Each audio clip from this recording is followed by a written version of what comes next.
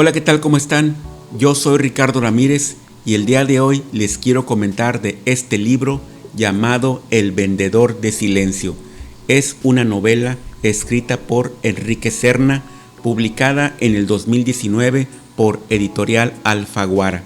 El tema aquí es el personaje que aparece en la portada.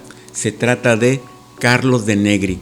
Él fue un periodista del periódico Excelsior y quizá fue el mayor líder de opinión en nuestro país en los años 40, 50 y 60 del pasado siglo XX. La gran paradoja es que al mismo tiempo que era el mayor líder de opinión, también era el más corrupto. Él fue el prototipo, creo yo, de el periodista que se transforma en empresario. Su mercancía son las noticias, es la información, y también es el silencio, es decir, quedarse callado con ciertas noticias. Por eso la novela se llama El vendedor de silencio. Aquí Enrique Serna nos narra toda la trayectoria de Carlos de Negri, cómo inició en el periodismo, cómo llegó hasta la cúspide y cómo fue su caída.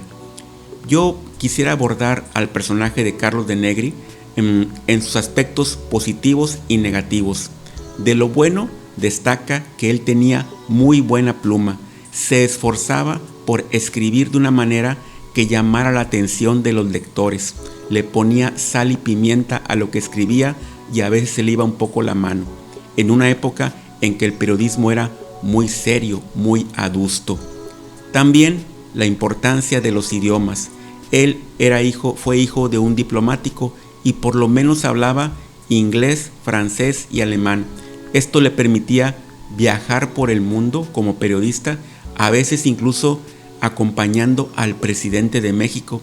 Yo creo que los comunicólogos por lo menos debemos saber o dominar el inglés. También él estaba convencido de el hábito de la lectura. Debemos de esforzarnos por leer a los clásicos, porque de esa manera al momento de escribir tendremos mayores recursos literarios que atraigan al lector.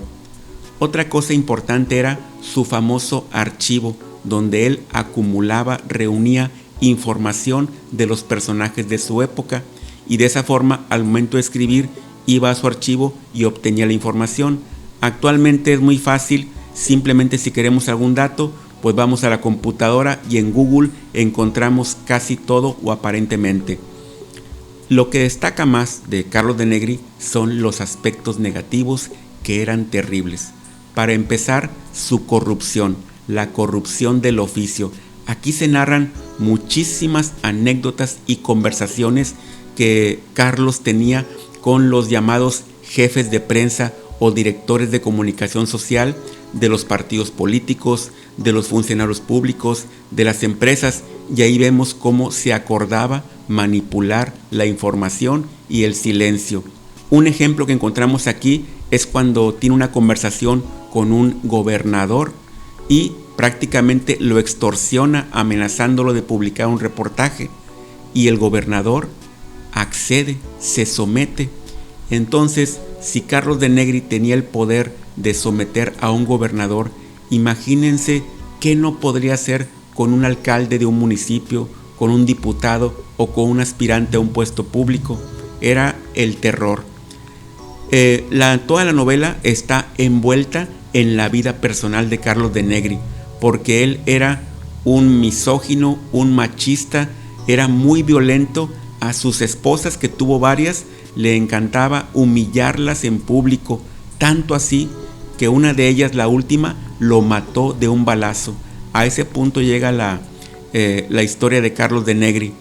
Y también eran famosos sus escándalos públicos porque también era un alcohólico y nadie le podía decir nada porque era demasiado influyente. Cuando viajamos a través de El vendedor de silencio al México de los años 50 y 60, conocemos personajes que de pronto nos pasan ya inadvertidos. Un ejemplo, Julio Scherer García. ¿Cómo es que él llegó a ser director del periódico Excelsior? Aquí se narra esta historia. En México es muy conocida la Escuela de Periodismo Carlos Septién García. Él fue un personaje que existió y convivió con Carlos de Negri. Aquí se narra mucho de su perfil de Carlos Septién García. También otro personaje que me gustó mucho es el de Jorge Piñó Sandoval. Él es recordado porque él publicaba una revista muy combativa hacia el régimen, Jorge Piñó Sandoval. También hay personajes siniestros como el expresidente Miguel Alemán Velasco. Todo su gobierno estuvo envuelto en corrupción. Menciona los casos de la expropiación petrolera y cuando crearon y fraccionaron Acapulco.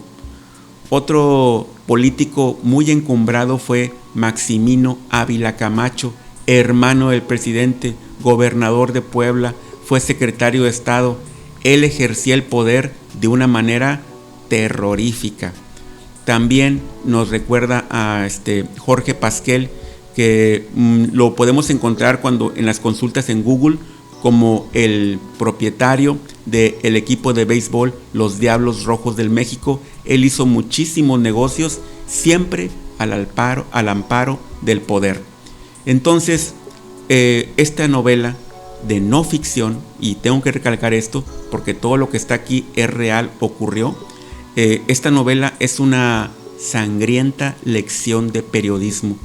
Yo considero que es una lectura indispensable para los comunicólogos, para conocer cómo eran las relaciones entre el poder y los periodistas o los medios de comunicación. Y de esa manera podemos reflexionar qué tanto han cambiado las cosas.